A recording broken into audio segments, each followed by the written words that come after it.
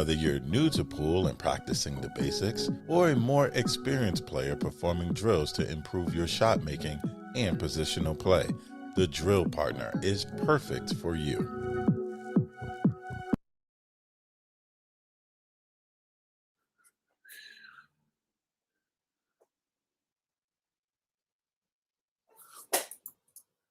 I can't hear you now.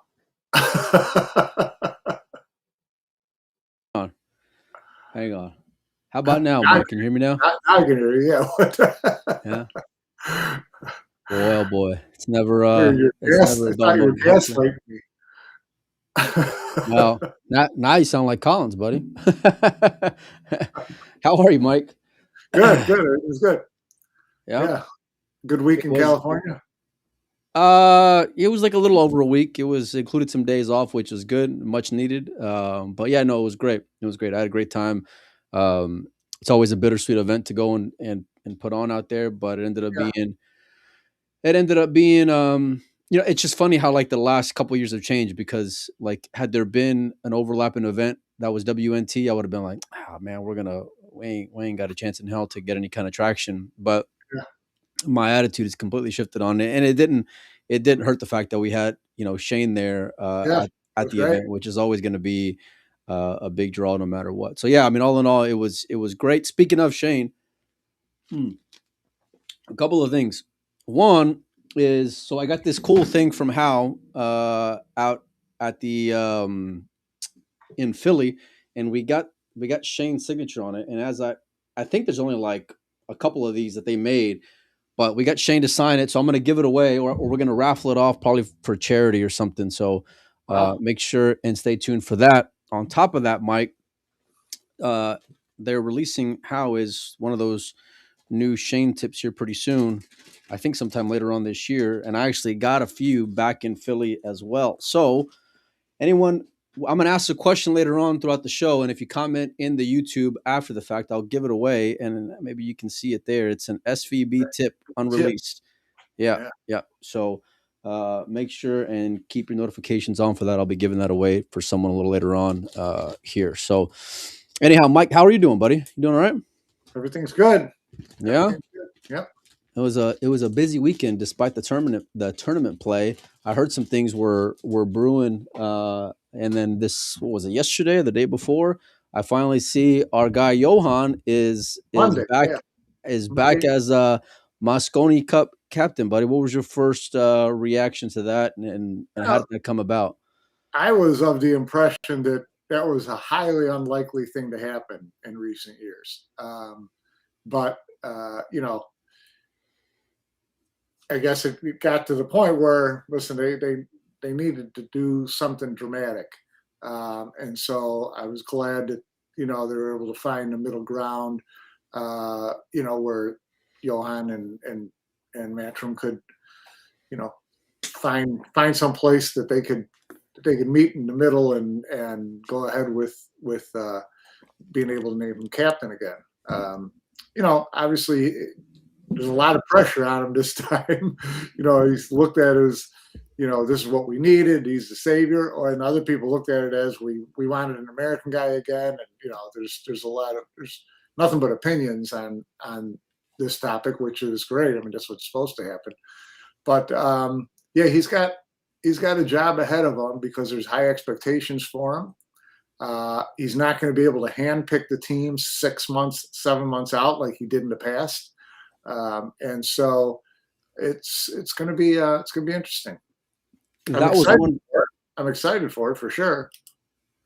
That was one part of, because I saw your interview that you put on for Bears Digest on the YouTube page, and that was one part that I didn't really remember going back to whatever it was, 18 and 19, or I guess 17, 18, 19, was the fact that he was able to hand pick his team. And by that, it was all 5 guys, right? So there wasn't anything off. No, he was able to hand pick his 5 guys, Yeah. So this is like pre-Fraser Federation, status. So, it was a little bit different of an era back then, although there was a lot of, I'm sure, behind the scenes, like, at least for a couple of guys, make sure and pick so-and-so like there usually is for matching. But Mike, how do you think he's going to? Emily was involved those years. I mean, she was Yeah. she was running the show those years, and she was the one who kind of set them up for success. I mean, she knew at that point that they needed to put a really good team out there and be Right. really prepared. And so that's when they set them up in their own apartment and had a driver for them and all that kind of stuff. And as Billy Thorpe used to call it, the Gucci treatment. And it worked. So they're not going to do that for them this year. I think that was kind of one of the things that led to the falling apart was, the demands kept getting bigger. We need this type of thing every year, and Matchroom just wasn't going to keep funding, trips to Russia and wherever for Team USA to get prepared. So, which is understandable. But yeah, it's going to be an interesting, setup this year. The points come into play a lot. I think a lot more this year. In most years, I would say that he's basically going to have a handpicked 5 anyways, because you would assume that Shane and Federer and Sky would be 1, 2, and 3 in the points. But this year, I'm not so sure because, the events, that a lot of these guys aren't going to the events out of the country. They're just kind of, they're picking their spots as to when they're going to play. So there's, some of these guys are playing in all these events. Some of these guys are playing in all the regional events. And then you've got a Shane, the Federer, and a Sky who are really picking their spots. So unless they do really well in these tournaments, there's a good chance one of them's going to end up having to be a wild card pick, right? So it's going to be interesting. Yeah, I mean, to say the least. And you always expected that when it comes to any one of those three, and for a number of reasons. One, I think Shane and Federer, you kind of expect to be their own points, or at least have the best shot to get their own points, and more importantly, to make up ground, even though we're in April. The fact that they're so far behind, which we'll go over the points here in just a minute, as far as the USA team. But yeah, with Sky, it's a different situation. I feel like to some extent there was a lot of complacency there, and I think that kind of knowing that you had leverage when it comes to your status on that team and them needing you more than you needed them. I feel like he played that hand out, and so and you kind of saw that like in his travel schedule, and even more so like if you're going to see Shane and Federer pump the brakes, I think you'll start to see other players pump the brakes as well, because they all know that as a 5 they got a lot more leverage than them individually. You know what I mean? Because not in the past. You can't have too many of them out of the top 3 because there's only 2 wild cards. So, but I think that's what's just you're going to end up getting a situation, I think, Mike, and it's a very big possibility where one of them is just not going to make the team outright. And I know it's still early on, but I do feel like that's a realistic possibility, which is crazy to think about. So I mean, like you look at, I know we want to talk, about Justin Bergman, and he's, he just went on. Matchroom made a post about him saying he signed up for all 3 WNT tournaments in the U.S., the 3 bigger ones, Arizona, U.S. Open, Florida Open, and he's going to play in those, and he's determined to make the team. But I don't see Justin going around the country playing in all the regionals, right? So, I mean, will he end up with enough points to be there in the points? And if he's not, that makes that situation even dicier as far as, picking 2 wild cards from potentially 3 or 4 top players. So, these guys really, they can't, there are no locks this year other than, I think Federer's a lock. I would assume Shane is a lock. But other than that, if you don't earn it, you're rolling the dice with getting picked as a wild card. Well, Thorsten's a lock too, because ain't nobody, and there's not any Americans that can overtake 20 grand. Not in the last. Not with only 8 tournaments left. No way. No.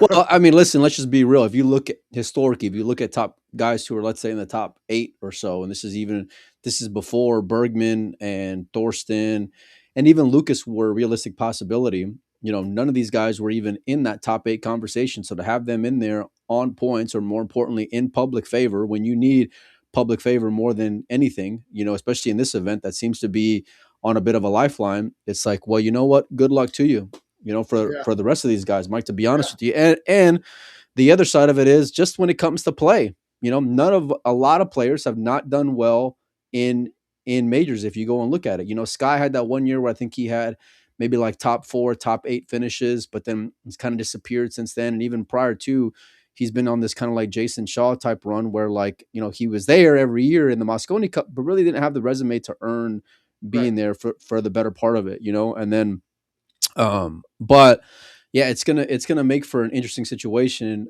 You know, when it comes to Bergman, Mike, I got to see Justin play. Obviously, the whole world got to watch him in St. Louis as well on the Pro Bird Series circuit. Not to mention the fact that he's been kind of buzzing around Ultimate Pool and playing on the 7 foot. But when you start having Matchroom post stuff like this, and this wasn't like a quote I believe they got from him in the sense of like for their own socials, like this was him posting on social media and then them pulling from that, you know. And Yeah. so when he's saying, "Hey, I've committed," and he's putting his, you know, his name behind it, to playing, even if Justin doesn't get in, just because of the way that we've all kind of been clamoring for him over the last 5+ years. I think he's as good of a lock as a Federer Shane to make it in on a wild card as any of those guys, and I think he would be above any of the previous members of the last few years, if push were to come to shove when it comes to the wild card, Mike. No, I would agree with that. I mean, that's, his there's a lot of taking for granted that he's going to be part of this team, right? So if he doesn't make it on points, that does add another dicey thing to it. I don't know, if would Matchroom put that bug in Johan's ear that, listen, we really would love to have Justin be part of it this year. He's made the effort. Are you going to reward him? I still think you have to see how he plays in these events in Florida, how he plays in the U.S. Open, how he plays in, not necessarily does he have to win, but how does he play? Who did he play against? Who did he, did he have any signature wins? Did he look really strong? I mean, I think you got to see that first, though, right? I don't think so, Mike. And the only reason why I say, and listen, I'm going to go back and just mention like those years whenever we had like that Oscar and Billy conversation, because I thought there was a lot more signature wins on one side of the coin versus another. And I don't think signature wins are necessarily going to be that vital, or at least historically speaking, in the last 5 years, it hasn't been that way, and when you had top 3 pretty much protected, and especially the way that it was early on, because once the world championship happened and Federer was number 1, you knew he was going to remain number 1. No one was going to overtake him there.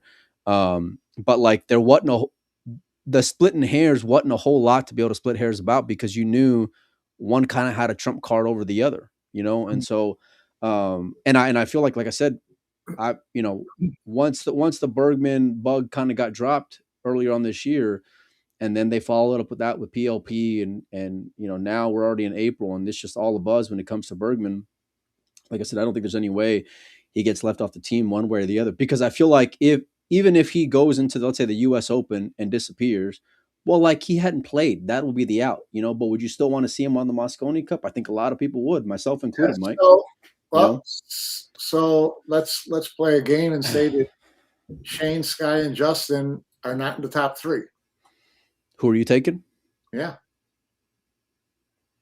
Are you asking me? Is that what you're doing? Yeah, that's what I'm asking you. Who? Okay. Who am I taking? I may. Who am I taking? Okay. Who I would take, and I think who Johan would take might be different. I would personally.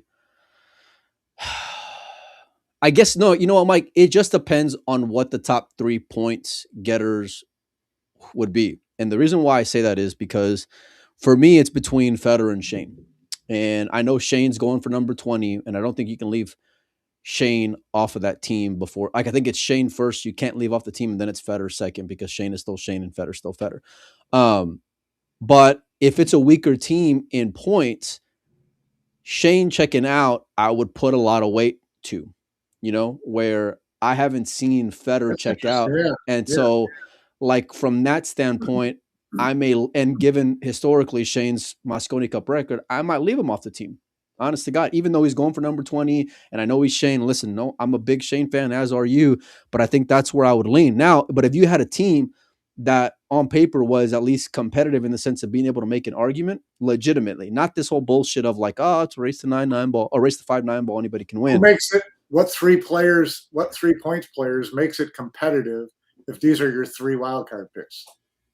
Shane Fetter and Justin. No, I'm No, I'm saying if kidding. the, if the wild Yeah. cards are Shane, Sky, and Justin, Yeah, I know. what kind of top 3 makes you comfortable? Well, okay, let's just do this. Let's just do this for a second because let's go through these guys who are currently in April, or sorry, yeah, I guess we're still in April. In April, top points getters. Number one is Thorson, and we mentioned him being in on points, Mike. But let me tell you, I've seen even though he's in on points, I don't he's not the guy who I'm banking on the hopes of Team USA's resurgency here or rebirth. And I know he can get there when it comes to points against American players who aren't that competitive on the world stage. But like I've seen Thorson in his own right go out there and play pool, and when it really gets tight, like he still has enough game to get there within a final 8, final 4, that type of range. But I can't tell you, Mike, the amount of matches that I've seen over the last like 2 years where I've seen a Thorson, that arm gets tight when pressure gets ratcheted. So would I say he'd be a value add to the Americans? I don't think so, Mike. Not in my opinion anyway. Well, You know? yeah, I understand what you're saying, but it kind of my argument against that would be, listen, at least he gets to the point where he's in matches where you might tighten up. Okay. These other guys who are behind him in points mean that they didn't even get that far for you to get some proof out of them that they could handle the pressure. Right. So well, fair, that's fair. What are you gaining with those guys? Well, here's the deal. Like if you're telling me pick Thorson or Skyler, I'm taking Skyler's Moscone Cup experience, and even though the last few years have been subpar by like his MVP standards, I would take him versus like a points on Thorson right now. I want to see more of Thorson. Again, what I'm saying though is if you had these, Sky was on the outside looking in and Justin was on the outside looking in, and you only had 2 wild card picks, what 3 guys make you comfortable at the top? Well, pick, you got Lucas, you got Billy, you got Tyler, you got Torsten. Give me 3 that makes you feel more comfortable. Look, if let's say these 3 that are sitting here right now, which I don't think they'll be the 3 at the end of the year, but let's say these 3 right now are the 3 who are in on points. So you would add in 4 and 5 are eligible for wild cards, including a Shane and a Justin Bergman, right? So we're assuming I'd assume Thorsten, Lucas, and Fetter are getting in. At that point, Mike, with that team, I'm putting on Justin Bergman, and with that team, I'm probably putting on Sky Woodward. And I know it's crazy to think about Shane not being on the Moscone Cup team, but I'm going to go back to that point that I mentioned earlier when it comes to like what's that body language going to look like. And here's the deal. Over the years, you've had guys look up to Shane when it comes to being like a leader in that locker room or outside there in the battlefield. And Shane's a him guy, which I like that about Shane, but it doesn't necessarily translate in the Moscone Cup, And so like if you're going to have a mix of like younger guys and a couple of veterans, I would say I leave Shane on. But if Lucas were to be off, then and Thorsten were to be off, I'm picking Shane all day. But I think Shane would still get there on points, but that's just me. Let me ask you this then. Okay. As far as Shane and his attitude and what kind of team would he be pumped up for and what kind of team would he be disinterested in? How much impact do you think Johan having the reins this year changes that? What do you mean? Like changes his attitude, keeps him more in line, keeps him more pumped up, whatever. Does he have a better chance of changing Shane's mindset than if it was someone else? I don't think so, because I think like you get to a certain point where like, you can't, what is it? leopard can't change its spots or whatever the hell it's called. You know what I mean? Where Well, you kind of listen, get to a point. listen. Shane was not, the best Shane in 15, 16, 17 either. He was a different Shane in 18 and 19 when Johan was there. Yeah. And look, I would pick. There's not like I would pick Shane on my team. But again, if I'm thinking about these guys who I don't think Shane would have a lot of faith in, as far as points, then that's a whole different conversation. Well, and that's my overall point. If he's a wild card, if he's a wild card, you have the luxury of talking about that before you make your wild card picks. Oh, sure. But I mean, there's nothing. Listen, there's no way you can justify like leaving Shane off that team and not take a bath publicly, or not take a bath in social media, or not have like hopes disappear when it comes to the American fan base, especially given the fact that one, he is the great hope of America, but two, he played good last year. Like that was probably the best. This year it's in the U.S. Yeah. So I mean, I don't think there. Yeah, it's getting to the point to me where I don't think there's three players that I don't think that I think absolutely make this team, and that's Shane, Federer, and Justin.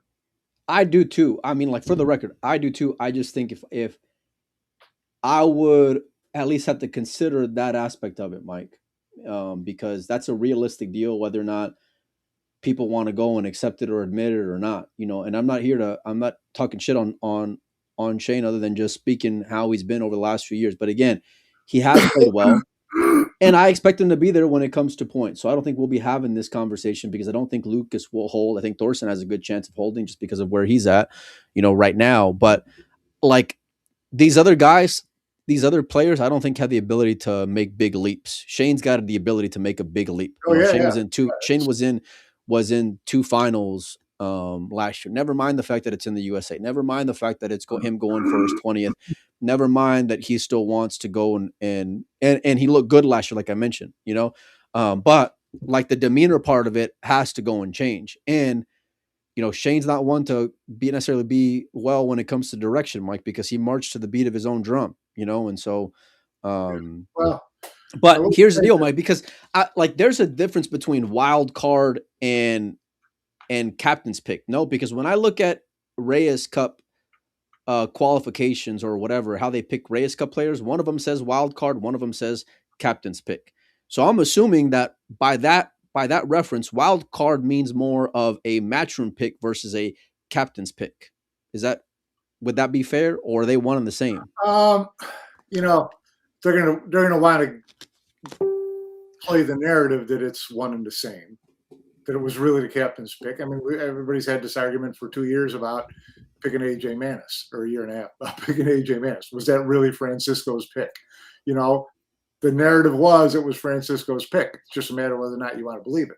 So I think that would be the same thing here. I do think that they're gonna vet those wild card picks very closely, which they have in the past. I mean, Alex Laley made no bones about it when it came to Federer that 1 year. Yeah, of course. No, not on your team, buddy. He's, in filler, same thing. So it's, there's going to be input from Matchroom's side on those picks as well. But I don't think there's anybody on this list that we're looking at right now where they say no to, unless it's at the cost of one of those three guys we've already mentioned. Yeah. I think you're right. Federer, Shane, Justin. Who would you really push those three if one of them was on the fence? But other than that, I think that they're going to let him pick who he can play with. It's going to be some really interesting picking. I mean, you look at someone like Tyler, who's, Johan took a lot of heat when he picked Tyler in 18. He was not known by anybody as far as being a real threat, and whatever. And Johan has coached him through the years. Then you look at Tyler last year, and you're like, there's not too many guys in this chat who are going to say, "Oh yeah, we got to have Tyler on the team," based on last year alone, right? So, but he's a Johan guy, Mike, and like you mentioned, his history of picking him in the past when it wasn't necessarily the most popular pick. So, like, would you and Well, he picked him twice. Sure, but I mean, like he had a lot less. They won both years. Okay, but yeah, my point is he had a lot less resume 8 years or 7 years ago, whatever it was, compared to now. And given how last year went, would you pick him as a wild card? As a wild card, it would have to be a really thin wild card list. Like everybody would have to get kicked off that team in order for me to pick him as. He'd have to show something in the year, like, and I mean some like gritty, come from behind, or like just go wire to wire when it comes to dominating type performance, because that imprint that he left on a lot of fans last year, I think is going to leave an ugly taste for years to come. I mean, not for years, yeah, for a while. Like you have to go and exercise those demons, but more importantly, you have to put yourself in a spot to be able to have the ability to exercise those demons. I don't think that he would do that in a major. I could be wrong, but I don't think I would put him on there, at least right now through April, and it wouldn't even be, I wouldn't even have that debate right now, because it was about as bad as it could possibly get when you miss that many 9 balls in big spots. That's a tough thing to forget about, Mike, because it is 9 ball, and that's the one that chalks up a point or not. Believe me, it's but you don't exercise those demons without the opportunity. So sure, yeah, but I'm tired of this like who type pass to have the ability to be in that spot.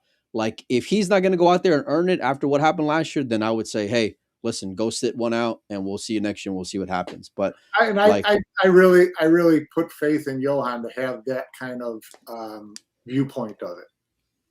He's not going to hire on the team just because he coaches them. And he coaches Billy. He's worked with Billy. I don't see him jumping through hoops to make sure Billy's on the team either. So I think Johan's going to be true to himself on what he thinks. He didn't come here to go out there and not have the best team that he can. Okay, well, let me ask you this: who is if you're Johan, who are you picking as your 5? Straight up, no wild card picks. Straight up. I mean, no point, no automatic points. It's the Panozo Federation. I'm going with Shane. I'm going with Federer. I'm going with Justin. I'm going with Sky. And 5. Well, should we drop the other fish into the water? Well, Jesus, where are you at? Around here somewhere. Is Jesus in the house? Yeah. It's come to Jesus moment. It's come to Jesus moment. No, I mean, it's a weird one. I part of me hopes that it's not a weird one. It's not a weird one. It's not that weird. Part of me hopes that doesn't happen because I think it's weird. What is that? Is that not in the spirit of the Moscone Cup, Mike? Them picking Jesus.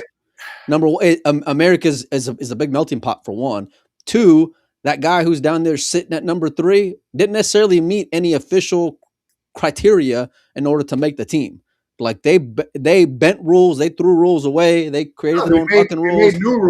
They made new rules, and he fit. So you can do the same with Jesus. Then they need the help. Jesus, if Jesus gets a green card between now and August, he's eligible. Period. Man, let me get some construction paper around here and laminate that motherfucker, and we'll get him a green card. We'll get him something. we can go find one. So, I'm really listen. I love Jesus Atencio. I think he's a great young player. I know he's ambitious. I know he's got a lot of drive. I just don't know if I'm really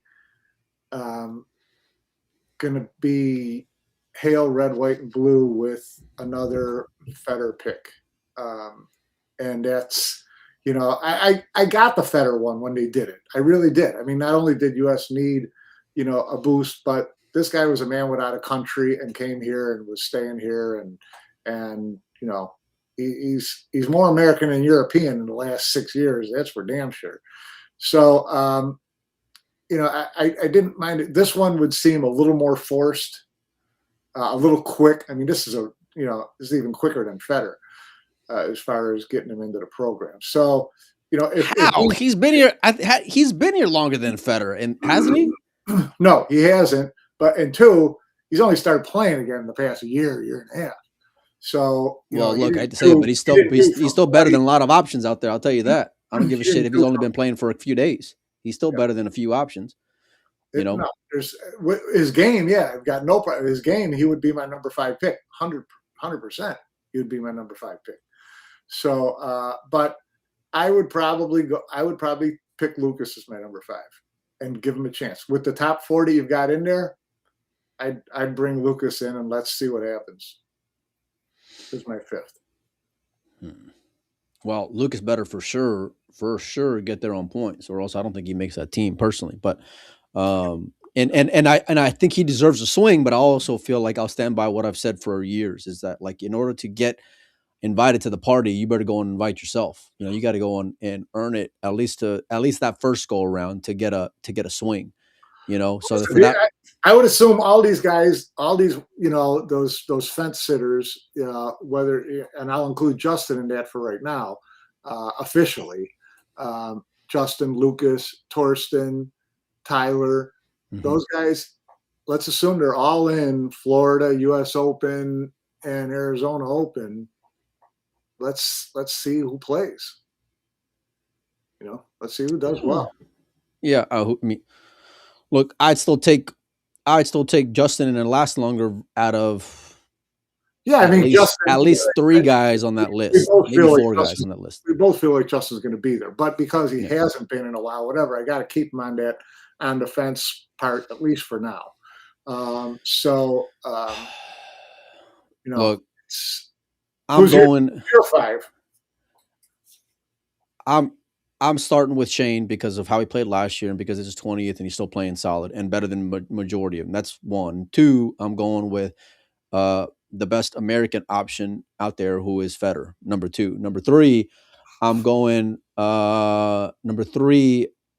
Sky still, just because of I love the energy that he brings in the sense of like lightening up the mood. Plus, I feel like without the pressure, being the captain is whenever he can really thrive and shine, and I don't think he has to be the clutch guy. I don't think he has to be the number 1 guy, but I do feel like he can be if he's just out there playing and doing his thing, because he's got all those like in him. You've seen it, it, even though he hasn't been there in the last few years. I'd still put him in because of the options. 4, obviously I'm going Justin Bergman. Because we got the same top 4. Who's your 5? My 5, who I would want it to be, is just give me Jesus. Then fuck it, you might as well give me Jesus. Look, I listen. Don't start trying to be letter of the law now, because there's already been there's already been. It has nothing to do with letter of the law. I just don't like it. Well, look, I think he's better. I think he's desperate. He's better than Thorsten. He's better than Lucas. He's better than Tyler. Not arguing any of that. I'm just talking about the eye test, the optics. Well, like you always say, I think it's kind of ugly. Look, Mike, newsflash for you: the Moscone Cup is already ugly. The Moscone Cup is already bloody, buddy. Okay, it's already a fucking a disaster, lifeline shit show, and they need all the help that they can get. Okay. And so like, because of that, all bets are off. We've already had like the hillbilly era. We've had the red, white, and blue and all the good old boys and all. We saw it. It didn't work out. Thanks for showing up. Like I said, the check cleared. We got there. Now it's time for, we gotta crack the emergency thing here, Mike, because it hasn't worked out. You didn't perform. And so Team USA needs more help. Federer wasn't enough. We thought it was going to be enough. It wasn't enough because Federer hasn't put on the red, white, and blue in the last 3-4 years since he's shown up. He's been there to sign autographs. He ain't been there to go and pot 9 balls whenever it was time to go and put 9 balls down. So I would, and because you already set that precedent of changing the rules, why can't you do it again? That would be my argument with it. Never mind the fact that, like, as I watched, when I saw the Johan stuff come out, I saw your interview, which was great, but then I saw Matchroom's interview, Mike, and the irony that I took from that interview, when you have Matchroom asking Johan if he's eligible or will be on the team, Mike, isn't Matchroom the one who determines who are eligible? And then they're asking the guy I think they were throwing the Jesus thing out there just to kind of like preempt everybody talking about it, but they threw it out in such a way that it's like, well, wait a second, why are you asking me? I should be asking you, is he eligible? And will he play can I pick him? Is what I would say. Can I pick him? Because if I can't pick him, so, here's one thing I will say. We've talked to Johan, and even during the interview, Johan talked about he's got a bigger plan, right? And he's really been working for some time on trying to help U.S.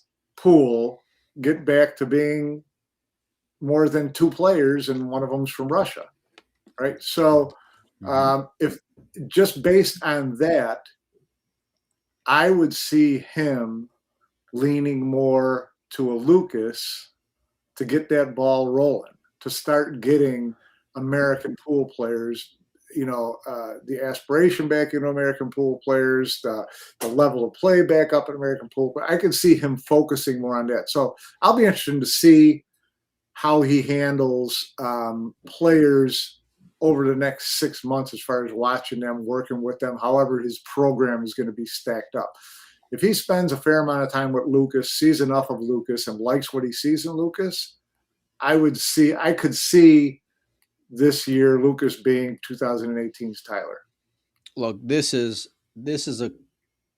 would be a question as to what route that I would take, because if you're telling me if you're telling me he's got a few years to build, then my patience and the way that I'm viewing things is differently, Mike, because then I'm seeing a long-term picture. But right now, and especially if it's not, a long-term, multi-year agreement, is that you got to win. And more importantly, you got to get past fucking 6. Just get past 6, maybe get 8, maybe get 7. So but you got to be competitive though, because it ain't been competitive. He said there's no multi-year contract. That doesn't mean. Well, then I hate to say it. Then I don't want half of these guys on the team then, because I need the best guys that I can possibly get out there. He's going to do that. He's going to do it even if he has a 5-year. He's going to go out there to win. He's going to put his best team out there, the team that he thinks is best. He's not playing for the future. The future needs to happen fast. So that's why he's here, right? So future's coming this December, Mike, whether you like it or not. So, but if he wins this year, it doesn't mean he couldn't be captain next year. He hasn't said, this is the only year I'm doing it. He just said there's not a multi-year deal. Right? Yeah, I mean, for me, it makes a world of difference, just the lens, because then, like, I don't know. You could argue there were some other guys who aren't playing anymore that had like good spots in losing years in the past, like a Chris Reinhold type player, or even a Shane Wolford type player, and so why not go and see how that develops now if you're going to go that route, because we've already seen guys get an opportunity and then we don't see them anymore, so Shaw says in the chat, Thorsten, Lucas, Federer qualify. They pick SVB and Skylar because of Q-Tech. Listen, the sponsorship side of it, Mike, and the playing toward your sponsors is a real deal thing. It is a real deal thing, and you've seen it in past when it comes to invitationals and whatever else. I ain't mad at him for saying it because it ain't. But I also feel like with Sky and Shane, you can also make realistic conversations when it comes to their play as well, and what they've done in the past as well. And the fact there's not a lot of other options to pick from either, but if they're left off, for sure, I think they'd be picking that route, because you can't have. So now you're saying if those guys are there, he's leaving Justin out, and you said well, okay. So let's say that's why I asked you at the very beginning, if your 3 wild cards are Shane, Justin, and Sky, which 2 are you taking? Okay, who's more? You satisfied the Q-Tech thing by picking Shane or Skyler, right? Listen, in the hierarchy of things, Shane played better last year. Yeah. Shane's still a 5-time U.S. Open winner. Skyler, you were an MVP in 17-18. Sorry, buddy. We'll see you on next year's tournament scene. Because Justin is making that team no matter what. Okay. It's in the U.S. It's in Orlando. Unless he gets snowed in December. Hell, they might even go get a car to go get him, but Shane's getting in over Sky. I guarantee you that if push comes to shove. But Bergman is a lock. Bergman is fast track. Bergman is going to be on that team no matter what, because you can't. It's already too desperate right now, you know. And look at this, more of Eagle Eye chiming in, because Well, here Jesus in Florida. you're just feeding into this annual Jason Shaw, fish baiting contest from now until December. What do you mean? This is when Jason starts trolling and everybody bites. That's not. But listen, it's you're like to some degree it is. At a press conference right now. To some degree it is, but the reality is, listen, nobody's done anything. Nobody can make an argument to say he's better or he deserves it more. Because one was born, let's say Wisconsin, the one, is a transplant. Who cares? The Federer thing threw that book completely out the window when it comes to how you can have guys on the team. So if that's the precedent, then I'm sorry, Jesus, we need you, buddy. Go put on the cape. We need all the help we can get.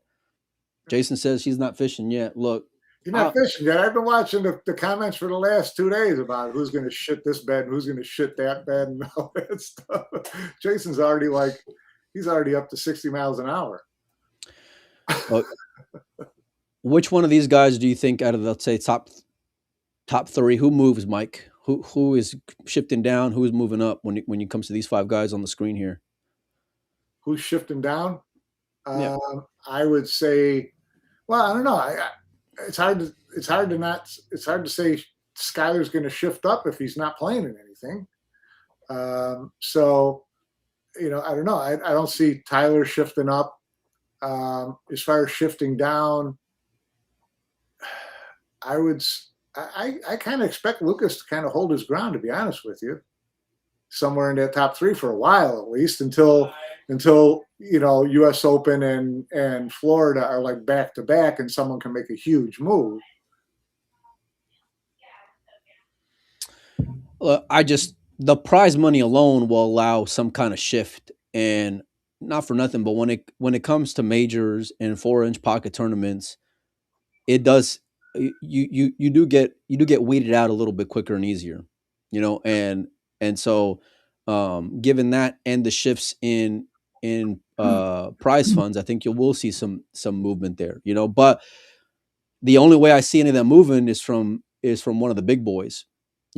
Shane can move, maybe Bergman, because I'm just thinking of upside here.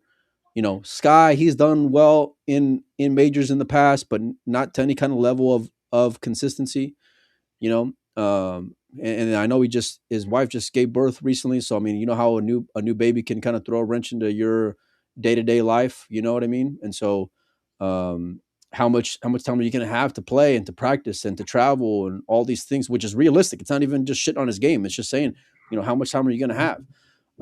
So I think, but here's the one thing that I do love about this whole Johan situation is that it puts everyone's ass on notice that now you're under the microscope here. Yeah. Because in the last couple of years, especially with the Americans, there really haven't been a whole lot of heat. And so I don't think any of these guys are necessarily safe outside of let's say Federer, and Shane for that matter, because Matchroom's going to need him. Yeah. So Jason says best case scenario. So Jason, you don't think best case scenario would be Federer, SVV, Bergman, Jesus, and Sky, and no Thorsten? He says UK Open on Tyler Thorsten. I don't listen. UK Open, when you think about these guys making a move, I don't think any one of these guys. Well, let me think. I would say I'd be willing to bet I don't think any one of those 3 guys gets into final 32. None of them. And so how much of a leap can they realistically go and get? Because any of these guys, at least when Thorsten's done good in these regional events, especially this year, right? Tyler hasn't necessarily done well in majors in a while. I think he was in Final 4 maybe a year ago-ish, somewhere around there. Yeah. You know? But the reason why he made it on points in the past, because he won a regional event. He won an Iowa this event or whatever. You know what I mean? It wasn't because of he's in Final 4 of U.S. Open type stuff, So And a lot of these bigger guys, like a Sky, Federer, I don't think any of them are traveling to much of any regionals, Mike. Shane's not, No. And so that's where some of these players can go and make different leaps. But you're going to need that leap if you're some of these guys, because like a Thorson, I don't think he gets in unless it's on points. Lucas, I don't think he gets in unless it's in on points, and so that'll at least drive them to at least see it through. But I don't think you're going to see like a Lucas type player going after points again if he gets a shit end of a stick for a second year in a row or a third year in a row. I don't financially. I would be shocked if he makes that choice. Yeah. So. But Mike, what were some other takeaways you had from the Johan announcement? That he wants to come over here for some time and be with the guys and set up, to be able to work with the players, see them have a boot camp here or there, do that type of thing, get them more prepared. Which Mike? He's talking about you. He's talking about me. Yeah. The OG. I got to work on my game if Jason's agreeing with me. I'm looking forward to see him, Johan, over here working with players and watching players. I think the players will feel the heat on that. I'm anxious. I'm still waiting to hear what the cutoff is for the points. It certainly won't be, before September. It will at least get through to 3 U.S. tournaments. I don't know what up after that. I don't think they'll go. They're not going to go to like the Philippines Open or anything that late if they have it. So, still kind of waiting to see how that goes. What I would like to see is when they have the Florida Open and the U.S. Open, if I was Johan, I'd tweak Matchroom and say, listen, get Lucas on the TV table. Get Skylar on the TV. Get some of these players who are on the fringe. Let me see them on the TV table with some cameras on them and fast cloth and see how they do. Pick a match, and give them a shot, right? I'd want to see them in that atmosphere a little bit. You're not going to see them in Moscone Cup atmosphere, but I want to see them better than table 18 down the hallway. Look, with that kind of deep thinking, Mike, hell, I might say we need you on for co-captain. Because now, I asked Johan about that. He's not going with a vice captain this year. Look, I think that when I heard him say some of the stuff, like some of the more bigger picture things, I think it's a whole different conversation personally. No, it is. But listen, he knows that his first job at hand is to get US in shape fast and get them ready to play. There weren't many last year, except the ones that had a gun stuck to their head about playing in certain events. Oh no, it was just a bunch of I'm going to go cheer on this guy, or I just happen to be in the area. Part of it is they're doing the same thing in Arizona. So Arizona, you got to figure, is going to be a predominantly American field, right? I mean, there might be a lot of Europeans still here, spend the whole month of August with the other events going on, U.S. Open in Florida. A lot of those guys will just do that, stick around.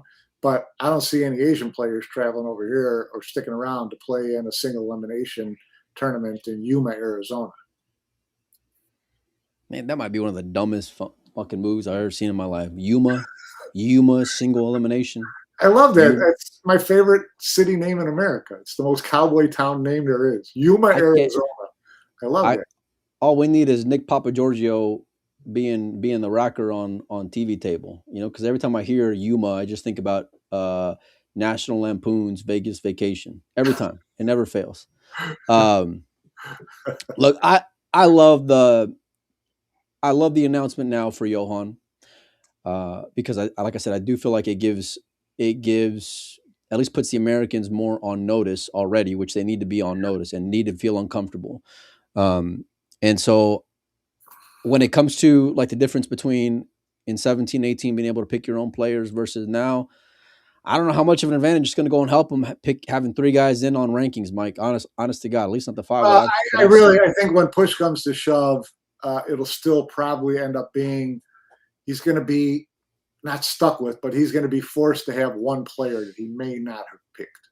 Yeah. Which I mean, like, look, I don't think it'll be more than one. You're not going to get, I don't think you're going to get Torsten, Lucas, and Tyler as your top 3 point getters, or something like that. So we'll see. Listen, if they are, then I got problems with some of those other guys that we're saying are locks, like Justin or Jesus Atencio or whatever. If they go through the whole year and they can't overtake these 3 guys at the top of the points list, there's problems below. No, I don't feel that way, only because there's always been a learning curve when it comes to playing like in the WNT circuit. I don't give a fuck who you are, because even like I'll always go back to post-COVID when we saw these guys come back and nobody looked, razor sharp. So even though Justin's been playing on the bar table and Justin played in a PLP event, okay, I get all that, but like being in real deal tournament competition is a different conversation, especially on the equipment that they have now. Now, I love Justin's ability to execute and his cue ball and his shot making and his decision making, all these things. I love how poised he is, all those things, but I do feel like I said, I would give him a pass no matter what, just because we haven't seen enough. And not to mention the fact that, like, anytime you give a guy a $20,000+ head start on you when it comes to the way that some of these tournaments pay out and how shitty they are, like that's tough ground to make up. It is. And so if you're telling me I got a guy sitting on 5th who is a Justin Bergman, who I've seen out there before, and I know what he can do. Justin's played in the Moscone Cup before. So he's not, it's not the first time he's going to hear that crowd or feel that heat. Yeah, for sure. And so, like I said, I just think that he will at least be more of a better pick. It says if Thorsten, Lucas, Federer get in on rankings and they pick SVB, then it's either Sky, Bergman, or Jesus. I think if that's the case, Mike, like I said, I'm going. They pick SVB for sure, and then I'm picking Bergman, and everyone else. Sorry, I don't know what to say. But I would rather, like I said, personally, I would rather just say, look, we need a lifeline for Team USA. We're bringing in Jesus, Bergman, Sky, y'all are in. Shane, you're in. Federer, you're in. And let's go.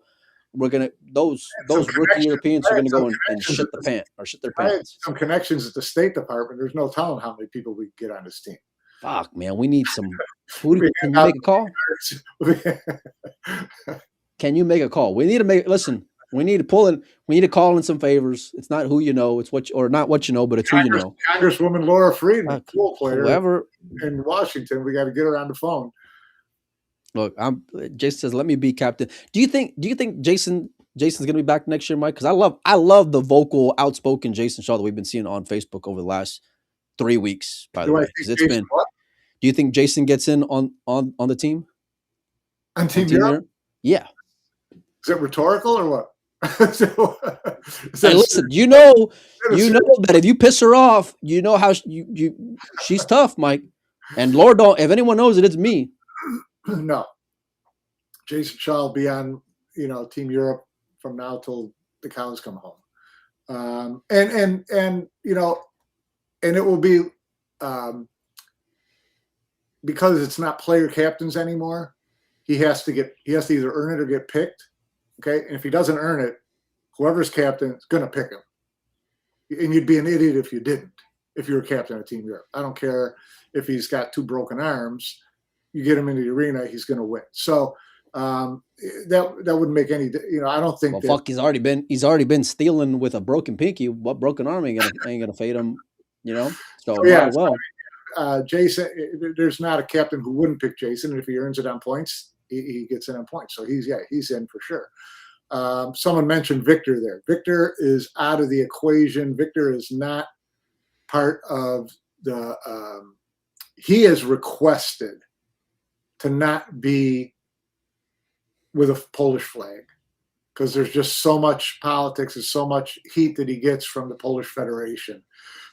So, in fact, he's not even living in Poland right now, right? He's living in Qatar. That's what I heard. Yeah. Yeah. So he's living in Qatar. We're likely to see him on Team Asia in the Reyes Cup before we see him in Team Europe in the Moscone Cup. How Well, freaking then I guess we ain't gonna see and him. Victor, I love you, buddy, but you ain't getting in on Team Asia, homie. I feel awful because we know how hard he's worked to try to get on to these teams, to get up there in those points. And this year, right now he would be number 2, right, for Team Europe. So Would he be number 2? Damn, that's even three. more. That's even more brutal. That's even more brutal for the kid if he ain't even. I feel bad for him, but this is his decision, right? That he's making for his future, and he's always been, God bless him. He's an independent, guy in coming out of a country where that's not allowed, and so I give him credit for sticking to his guns and for hanging in there and doing what he wants to do. So if he's playing out of Qatar and he gets some kind of green card there, then then he'd be eligible for Team Asia. That would be really cool. Dude, let me tell you, if he gets in on Team Asia, fuck, I'm gonna build that dude a statue right outside of Manila. That would be the best. If he earns it on points to be on Team Asia. That's the most like modern day matchroom scenario ever. If Victor gets in on Team Asia, Federer's on fucking Team USA, and Jesus may be on Team USA. Fuck it. And now we need bring in Jason on Team USA while we're at it, Mike. Yeah. Because that's the world. Copigny is going to be on Team Europe. Man, let me tell you, I'll build him. I'll tell him to grow a mullet, and we'll get his ass on the team if we need to be. Listen, Jason's asking us if we know who European captain is. But who would be the captain, Mike? You can't have Ralph again. You think who's going to become in? Jason knows who the captain's going to be. I don't know why. You think so? It's like Jack asking Johan, if Jesus is a good comparison, actually. Yeah. Who do you think's going to be? Well, Jason's calling Niels. No one's going to argue with that. The whole question, Jason, would be: is Niels still? Does he still think he has a shot, or does he want to give himself a shot to earn a spot? Because if he did, there wouldn't be any. They've already said there's not going to be a player captain, right? So I think you'd have to wait and see how Niels does in the UK Open. You'd have to wait and see. The Worlds are out of the picture, which makes a huge freaking difference. Well, hold on, we're gonna get to that. We're gonna get to the World Championship here in a minute. So now, if Niels wants to wait and see, you can't even, consider him captain until after at least the Florida Open, if not the U.S. Open. So now you're talking late August before you even find out, right? So if not Niels, then who? But if you're gonna have Jason on the team anyway, which I agree he deserves to be on that team just because of the way that he plays every December, right? But if you're gonna have Jason on the team, then why even have a captain? Like, why even have like this? Because they've already said there's not gonna be player captain. So just be done with it and move on. If Jason doesn't want to play, he can be captain. So the rule this year, there's gonna be a captain, not a playing captain. So Niels would be the obvious choice, but Niels has said in the last couple of years, and he's done really, considering how few tournaments Niels plays in, he's always been like right there in the neighborhood, right? Yeah. So, every year, and he has sat out in tournaments whenever he's on the fringe, like a Philippines Open, if I remember right, where he didn't even play, even though he had the ability. Right. So we know, and Niels is true to himself on that. And you got to love that about him. But I don't think Niels would give up on playing this year, this early in the year.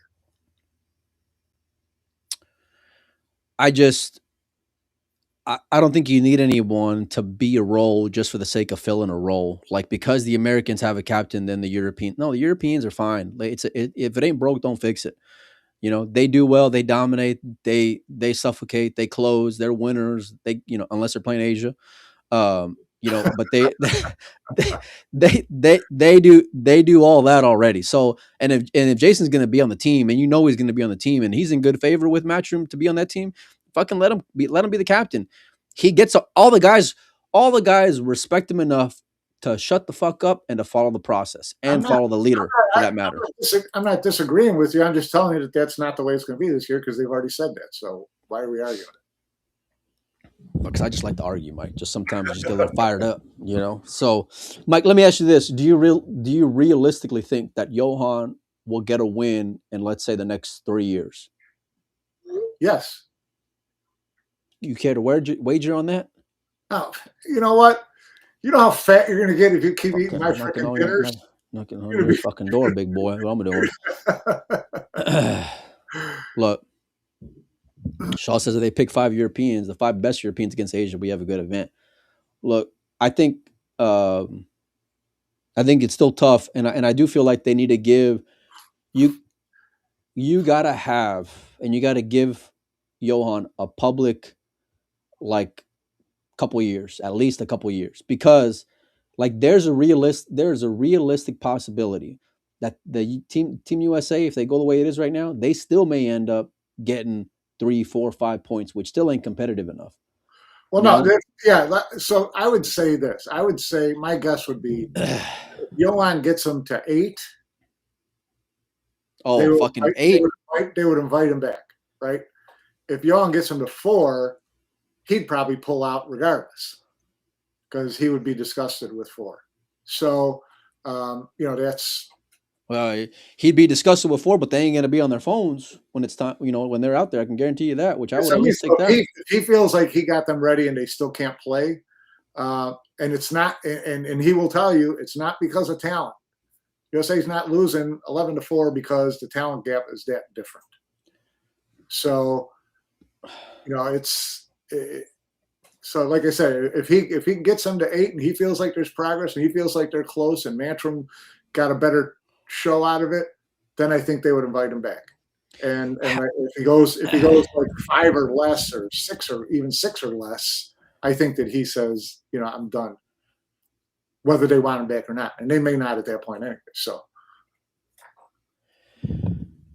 look, I think the dude just needs a little bit more time, and to change a culture, it takes time. And right now, there's a terrible culture when it comes to the American players, and so that needs time to like be able to weed that shit out. And so, I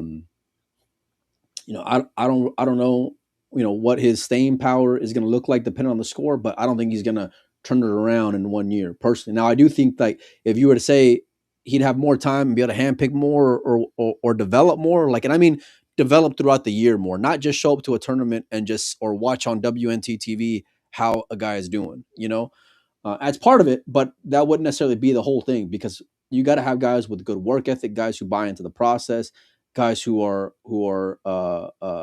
dedicated, and who are just disciplined, Mike. And we don't have a lot of those guys right now that you can say that about. That's part of that long-term project of Yeah, exactly. And that goes to my point. It's like if you were to have that long-term commitment, then okay, if they lose 11-4, I'm not worried about it.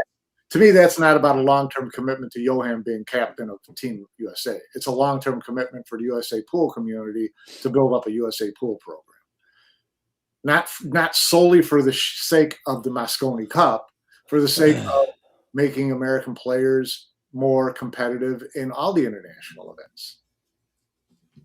Americans ain't gonna be competitive in no international events. They ain't got it. Majority of them don't got it. So what does that mean? They ain't got it. So let's just like pack it in. No, so you try to change it. That's what I'm talking about. Is somehow or another the industry, the country, whatever, has to try to develop something that. Well, yeah, I'm sure, but that's that culture and changes that attitude and changes the performance.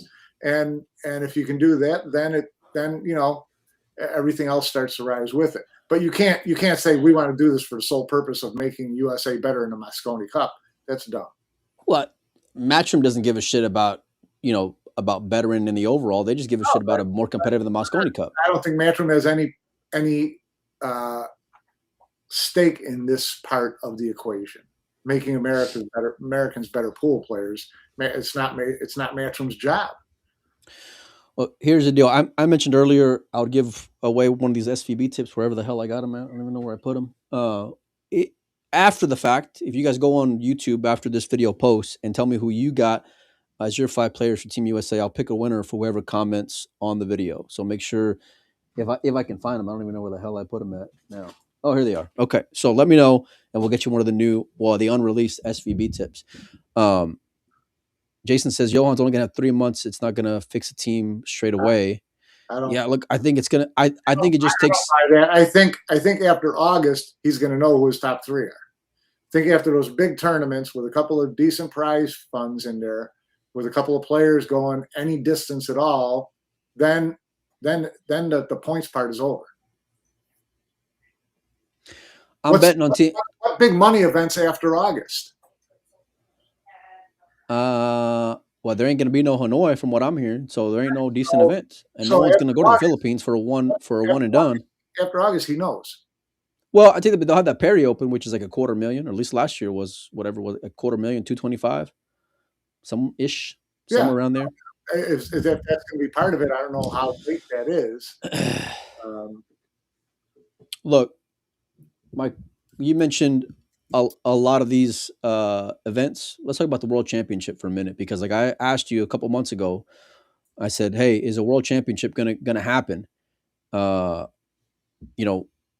you said, "I believe so." And now we get word, very like real subtly, by the way, from Matchroom. Just post something on their it'll happen on their website. No social media, no Facebook announcement, no Emily taking a selfie with someone from the WPA and the Saudi Federation. None of that shit anymore. We would still have a World Championship. I now don't think it'll be this year, but that $1 million prize fund in the World Championship, I think, would go forward. And it could still happen this year, if they went to the easy pickings and had it in the UK, because I do think that they have that Saudi money for 3 more years. Are you speculating, Mike, or is this like some insider? Speculating, but it would be consistent with other sports deals that they've pulled out of. Like, Matchroom had it was a snooker deal too. Listen, Barry Hearn and Eddie Hearn are not dumb enough to sign a 5-year deal with Saudi for $1 million a year prize fund, and not cover their ass. With them able to pull out after 2 years, say, see ya. No, and they're not that dumb. I mean, they've gone out on the limb talking about this. Ooh. Sorry, Mike. I don't know what I did here. Hold on, I'm pressing buttons. Yeah, what's up with this chat stuff? My bad. So, anyways, they're not dumb enough to do that. I mean, if they've promoted this $1 million, they promoted the Saudis for 2 years, all that, so it's, there's no way they did the deal without getting money up front. I would speculate that the money was only the first 5 years was guaranteed, because I think it was 10 years, 5 guaranteed, 5 on an option. And so, but I would speculate too that the first 5 million is in the bank. And so now it just becomes, can Matchroom pull it off this year? They've got the prize fund to do it. Can they pull it off this year? They could do it in the UK. They can pull anything off quick in the UK. So do they if anyone can put on a tournament with like 4 weeks notice, it's Matchroom, because they'll fucking throw anything on the calendar. Philippine Open, you're in. Yeah.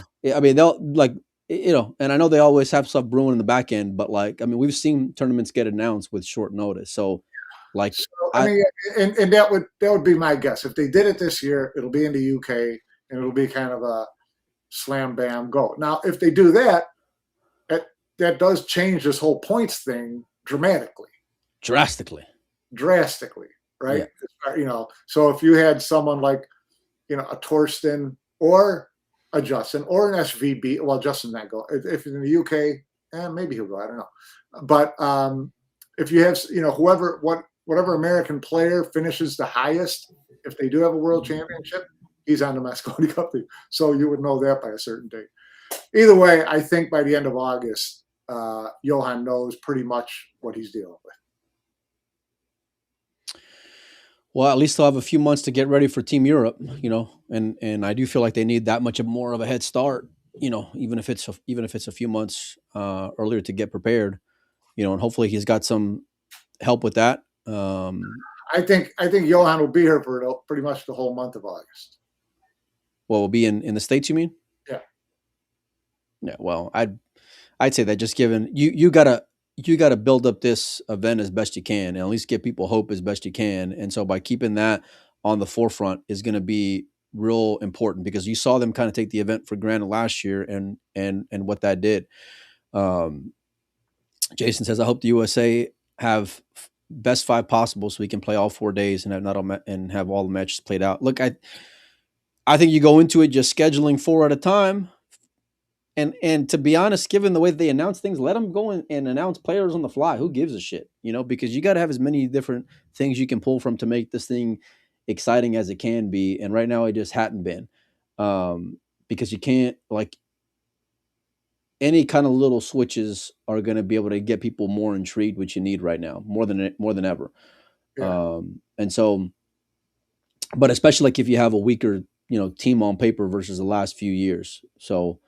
But I think in the overall, it's a good announcement. It was one that was needed for the event, which I'm glad that they were able to put their like egos to the side and whatever differences they had to the side to figure that shit out. Because I'll be honest with you, Mike, I didn't think that they had much of a chance to get that deal done, even though we knew that Matchroom was interested in Johan, and obviously Johan showed an interest. So it's just something that the event is needed, and we're outgunned right now, and so I don't think you can go back to maybe opening it up to like the way it was in the past when you open up the table, 4.5-inch pockets, all that shit, because of the way the WNT philosophy and formula is. But if you ain't going to give us bigger pockets, well, then we need Johan, and probably got to go break Jason's arm and maybe even fillers on the way into while they're making announcements, so whatever it takes to get us more hope. Shaw says, make doubles half a point. Yeah, I'm good with that. I'd be good with whatever at this point, because right now 4-0, 8-0, 7-1, whatever it is, like that shit's just been, I for the last few years, it seems like the event was over before it started, which sucks, because you look forward to it before it starts, but then by the time day one's over and you're just like, oh, we ain't coming back from that, and then everything you've been looking forward to and talking about for the last year is just for what, so whatever they got to do to kind of like change that ship around. But Mike, on the note of the World Championships, you said you don't think it's going to go and happen. What do you think that'll do? It's just a matter of logistics. Like I said, they've got the prize money. It's a matter of logistics. But the reason I think that I still think I don't know. I'm kind of on the fence about whether I think it'll happen or not. Part of the reason I think it will happen is I'll bet at dinner it don't happen. I'll tell you that. I will gladly. I would say it's more likely not to happen this year. But the other side of it is, no World Championship, no Hanoi Open, Philippines Open. Who knows? Hanoi is a whole other animal, and Hanoi puts me on tilt more than like if they got rid of, let's say, the Florida Open, I wouldn't necessarily be that upset. No player wants to go back to Hanoi and play in that again. In the arena? I'm sorry, no, not a chance. Now, if they went to Ho Chi Minh City, maybe they went someplace else in Vietnam, I think they still want to go to Asia with an event. They're just not going back to where they were. People were dying last year, flat out dying. So, but right now their schedule is so, empty the whole second half of the year, and really between the UK Open in August, if you could find a slot and a space in the UK, which Barry can find anytime he wants, you could still have the World Championship this year. That's the only, thought that I have that makes it possible. Do I think it's going to happen? I would say it's probably about 65-35 no. Listen, I love Hanoi. Obviously, as a player, I know why players didn't like it. It was fucking hot in there, and it was terrible conditions when it comes to that. Yeah. But that was the only event that's ever had any kind of buzz when it comes to fanfare outside of a Moscone Cup. I don't think it had the second year it had the first year. Well, I asked some friends of mine who were Vietnamese why that was the case, and it was a couple of things. Well, at least what we were talking about was a couple of different reasons. One being because the buzz of having these pro players out there so often took the allure away, right? Because they were like, okay, we've already met them once, we've already taken a photo once, whatever. So that was one part of it. The other side of it is because I heard tickets were expensive, and like things are pretty reasonable out in Hanoi, especially the conversion rate from the dollar. You Yeah. know, and so, but I heard those tickets were expensive for Hanoi fans, so that was part of the reason why you didn't have that same type of turnout as you had in years past. If the ticket's expensive and go to the place that they were playing in with no air conditioning and water up to your knees, no. Players go? Yeah, but I agree with they would go back to Vietnam and maybe Hanoi. They would go back to Vietnam if it was in a better venue and they had, you know, um, things set up a little bit nicer than the last couple of years. I mean, last year Hanoi looked like the arena they had to raise the cup in. Well, shit, that my old gym back in 2000 had a better layout than that one did. You know, so look, I think that you got to Congrats. give you gotta you got to show love to the fans who actually show out, and those Vietnamese fans actually do show up. You know, and so I do feel like that's something where you got to give a big value in there. But the reason why it tilts him more than anything, Mike, is because Matchroom basically held the gun to a lot of players' heads, saying if you don't play in this event, then you weren't going to get invited to X, Y, and Z. Whether or not it was specifically stated or just implied, everyone kind of knew what the unwritten rule was. And so the fact that if that event doesn't go and happen, it just shows like it wasn't that it wasn't that much of a staple or a pillar anyway. You know, so I'd be moving mountains to get that event back on the calendar, just given the upside that you have with that crowd, even if it doesn't end up being as special as it once was. But you're not saying that anything that Matchroom doesn't already know. They're not like saying let's dump Hanoi because we got too much attention there. So Well, no, but I'm just saying, like either way, it's still like it's shitty because it's like, man, all these players were basically told if you don't play in Hanoi, you're not going to get invited to X, Y, and Z. So so it's like, and then for that event, just for a year I later to be gone, or back 2 years in later. Look, I loved it out there, to be honest with you, Mike. I mean, I really did. It Yeah, was no, a lot of well, fun. that's The what I food heard. was great. People were great. Yeah. But I also heard from a lot of players last year like that's not even fair playing in there. So yeah, I mean, Asia's great, whether it's Hanoi, whether it's Indonesia, wherever. Um, if they found a good venue there, they would, and a good partner out there, they would. Yeah, it would be a great event. It would be We great don't to have. need. Listen, we're gonna just pump in some AC. That's all we need. I mean, if you can go travel to Yuma, Arizona, give me Hanoi any day of the week. Okay. Yeah. If you're gonna go and play in some of these smaller events and crown these as like, these major tournaments that really aren't majors. Hanoi was super competitive. Was really fun to watch. And I know it wasn't ideal, but either way, like it was still. The fans made it special. You have to figure out a way to get that Listen, back on there if it doesn't end up you know, happening again. the smartest thing they could do is, I mean, we know Predator's going to Vietnam in September and Indonesia in September, right? Yeah. So find the front end or the back end of that and find a better venue and you'll get all the players you want. Look, the best thing of the year was seeing all these photos on social media of players' hotel rooms and how flooded it was out there in the streets on one end. And then the other one, these motherfuckers had coconut drinks on the beach in Indonesia taking selfies, with the sun out and beautiful women. You know what I mean? And it's just funny the way that the last year is gone or so when it comes to some of these events on the calendar. So Look, Jason mentions the Perry Open. It was a nice string of events. Perry I was haven't a great seen venue. I haven't seen anything listed for Perry Open this year. Have you? No, and I heard. Well, okay, I don't. I don't know. Perry Open was a big deal though. Perry Open was like $250,000. Like it's a beautiful pool room and it was a big event. It was big. It was a bigger major than some of the majors. It was a better event than the UK Open, better event than the Florida Open, better event than any other shitty Open they want to snap their logo on. Perry Open was a great tournament. No, it was, but I haven't seen anything written on it. And Great Stripe. It was a nice setup last year. I mean, he had the Perry Open, Hanoi, Reyes Cup, Philippines Open. It's kind of hard to throw those in the mix because Reyes Cup was a limited number of players for one, and Philippines Open was single elimination, which a lot of guys just didn't want to face. So that's what I'm saying. If you got back-to-back Pro Billiard Series events in Indonesia and Vietnam, go on the front end or the back end of those. I haven't seen anything on Perry Open anyway, so take that spot and have your event there. Now you're asking players to stay in Asia for almost a month, but listen, it's a lot cheaper than going back and forth twice a year. No. Yeah, and especially when it's already tough enough to crack a nut as it is. Even if you get final 16, final 32, whatever it is, John Francisco says Perry Open is done. They're not a sponsor of that room anymore. Well, that guy who was putting on that event, he had his own money in his own right.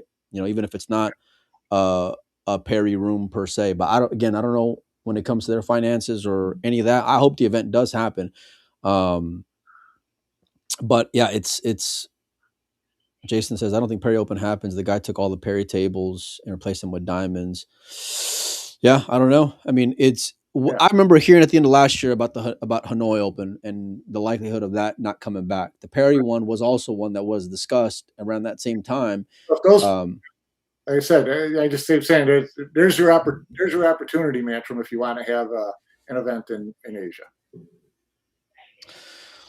Well, that's two big events, Mike, in a thriving region that are gone, and that's not good, especially as you're fluffing up these bullshit events all over the world now.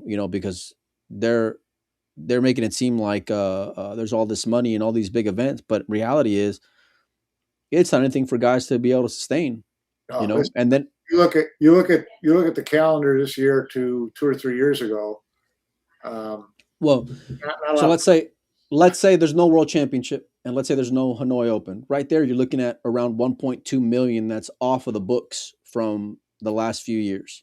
And then let's say you throw in Hanoi, which is probably like Hanoi was right around the same amount as a Perry, right around 200. Yeah.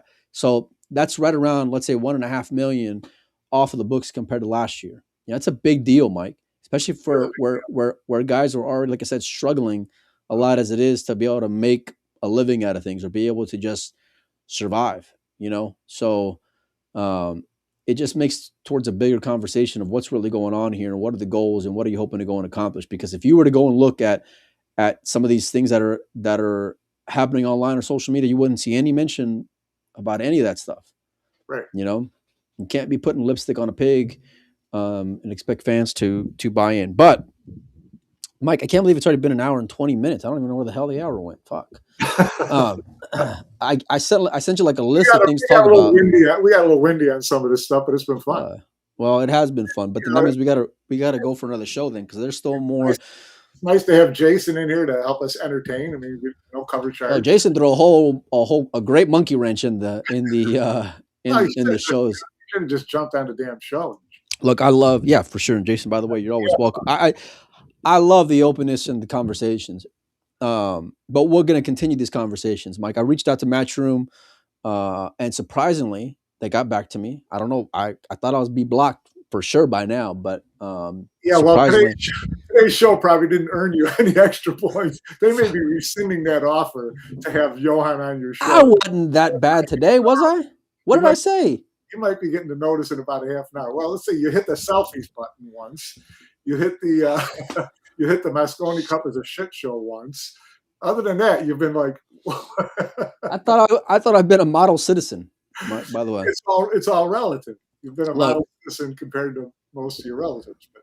Let me tell you, I better make sure that I get them locked up for that show then to come the next couple of days before they actually watch this one. So. Look, like I mentioned, if you're just tuning in, we've already had a great show. But I'm going to be giving away one of the How SVB tips are unreleased, so make sure, and you got to go comment after the fact on the YouTube as well. So I got a few of those from the How team, and then like I said, we're going to be raffling off this bad boy for charity, signed by SVB after he won the Amar King Memorial. We got a lot more topics to go and discuss, but we're already running kind of long. I'll also give away one of these real cool. It's like an Efren bridge hand that they made for EBR. That looks like the old. Who made that? Show that to Greg Sullivan. That used Oh to be, yeah, I've seen that one you're talking about from McGregor. Yeah, he was first starting out. He made jewelry, and he had I've heard this story. one of them was that, one was the bridge hand, and one was the pool table, the gold pool table. Well, I think like they did the thing where they wrap up Efren's hand, like bridge hand, in like a cast. And so this is like a miniature version of it. It's a keychain. I'm gonna put one of these on my keychain. But I got a few more to give away, so I'll be giving those out as well to either on the page or in the comments after the fact. So anyhow, go keep your notifications on. I don't know how we ran into an hour and a half, but here we are. I got more stuff I want to go and discuss. So like I said, just stay tuned on the page, stay tuned on the show, and we'll make sure and get more caught up. Because Mike, there's a whole lot more to talk about. I wanted to talk about Kyle Alvarado and he beats Yap and then ends up being Raga yesterday and what that kid's future is like. I also wanted to mention about Perry Mariano and what he was to the Philippines pool community and what a loss that was, Mike. Especially from what I've seen, like as far as him, like it was an ambush and just that's just fucking crazy. That's just it's unfortunately, in the Philippines, life comes pretty cheap. Yeah, it does, unfortunately. But I would like to discuss it. I would like to discuss a little bit more and give that the proper time that it deserves as well. So we'll try to do another show maybe tomorrow, Mike, if you're free. And then Monday I'm going to try to get. We got another hour in us tomorrow. I don't know. Well, if not, we can always do it later on. So. Jason says, "Got darts players, snooker players could have a podcast." They want to give you a jersey, Mike. Go play. Not me. He's talking about one of us. You got a better chance of running out of rack out there in the UK Open than I do. That's for sure, buddy. You're a bit of a sleeper. Oh, by the way, speaking of giving shit away, I forgot to tell you. So I'm also on the page giving away one of these SVBQs, courtesy of QTech. So make sure and go follow how to get a chance to win this bad boy with the Synergy Shaft, courtesy of QTech. The UK Open. You should give away one of your dinners with me because you got enough of them on credit. Shit, these motherfuckers. That dinner's worth more than the Q right there, Mike. I got more in the bank when it comes to dinners than I do of product and merchandise here in the office. No, look, but maybe we can. Hey, listen, maybe if I'm allowed at the Moscone Cup, how about this? We can figure out if I'm allowed at the Moscone Cup, which I don't know if I am allowed, but if I am, and if Uncle Mike goes, then maybe we'll give away a dinner with us two Looney Tunes, and we'll go have some fun or something. So, I would want to do that. That would be great. I'm going to be there. I already made my reservations. I'm in. Did you? Yeah. Wow. I just want to make sure they're going to let me in the door before I make reservations. So that's the only reason why I haven't. I always get a +1. Do you? I'll be like Bobby Ventura. I'll grow the mustache out and be incognito. Yeah, no, look, it was a great show, but still, like I said, there's still a lot more to talk about. And so make sure and we'll figure out a way to come back here pretty soon. And more conversations to be had. So we'll see what happens. Your best 5 versus 5 no pool darts Boche. Boche. Well, you don't want any part of me on the Boche court. Trust me. Really? Oh, kill it. You're like, what are you, fucking Jordan of Boche ball?